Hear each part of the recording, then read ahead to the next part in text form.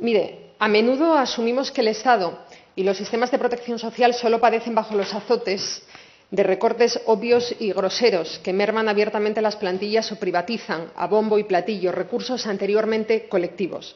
Se infravalora normalmente el impacto de otro tipo de políticas más discretas que provocan que lo público se marchite en silencio. Estoy hablando de cuestiones muy concretas, como el constante recurso a la externalización, práctica de privatización encubierta responsable de muchos de los problemas de nuestro sector público.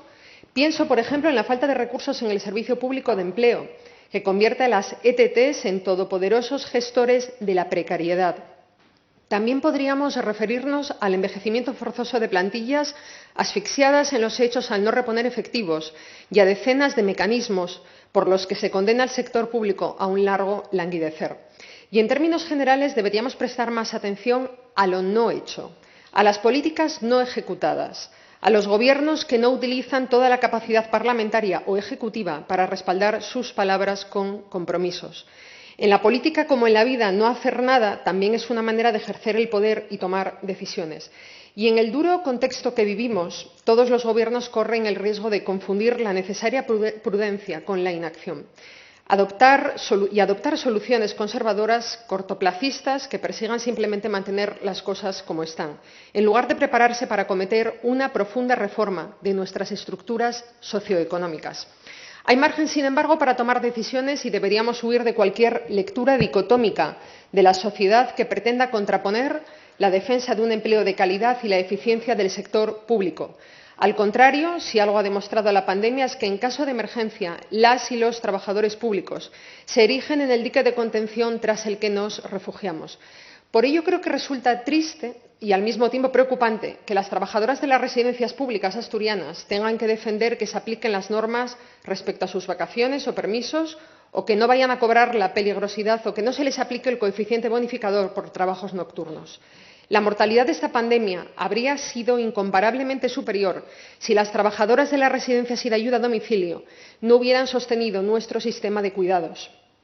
En otros tiempos, cuando alguien realizaba un servicio extraordinario por su país, se le reconocía con honores, incluso con distinciones. Las trabajadoras del ERA merecen un reconocimiento, no que se las castigue sin vacaciones. Me permito recordar al respecto que desde Podemos Asturias ya le propusimos un acuerdo sobre cuidados que nos permita otorgar a este ámbito la crucial relevancia que ha adquirido en nuestra sociedad. Y, en este sentido, creemos que las fuerzas políticas que estamos comprometidas con la defensa del bien común estamos obligadas a explorar aquello que nos une, en lugar de lo que nos separa.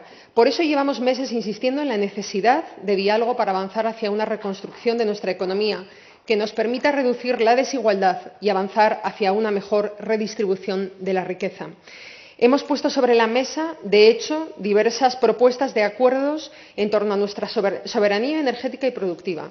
Una mesa de diálogo para que el 0 a 3 fuera público, universal y gratuito, o sobre la posición de Asturias ante el proceso de país de reconstrucción social y económica en torno a varios ejes estratégicos.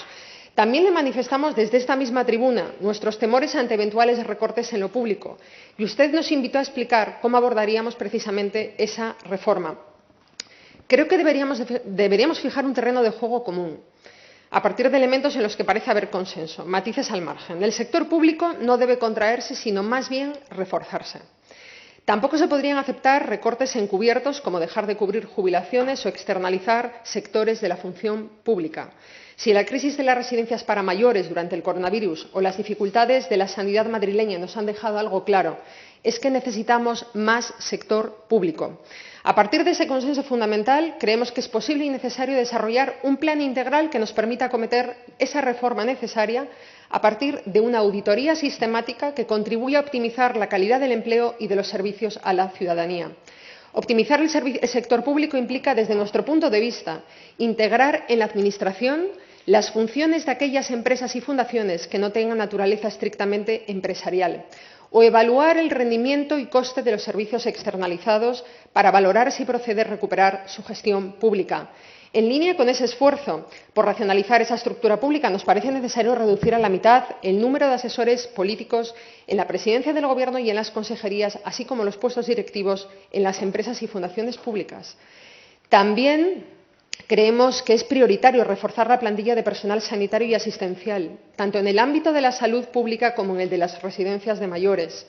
En los cuidados, nos parece que la pandemia ha puesto de manifiesto la necesidad de consolidar las plantillas de la red de centros de día y recuperar los servicios privatizados de ayuda a domicilio. La red pública necesita acomodar las plantillas a las nuevas ratios y a las necesidades docentes derivadas de la pandemia y acordadas con los sindicatos educativos. La Administración asturiana necesita un plan de prejubilaciones y una reposición de efectivos. Y necesitamos también que se refuerce la red territorial pública de atención a la ciudadanía, planes de movilidad voluntaria de personal y plan de teletrabajo. Termino. Gracias.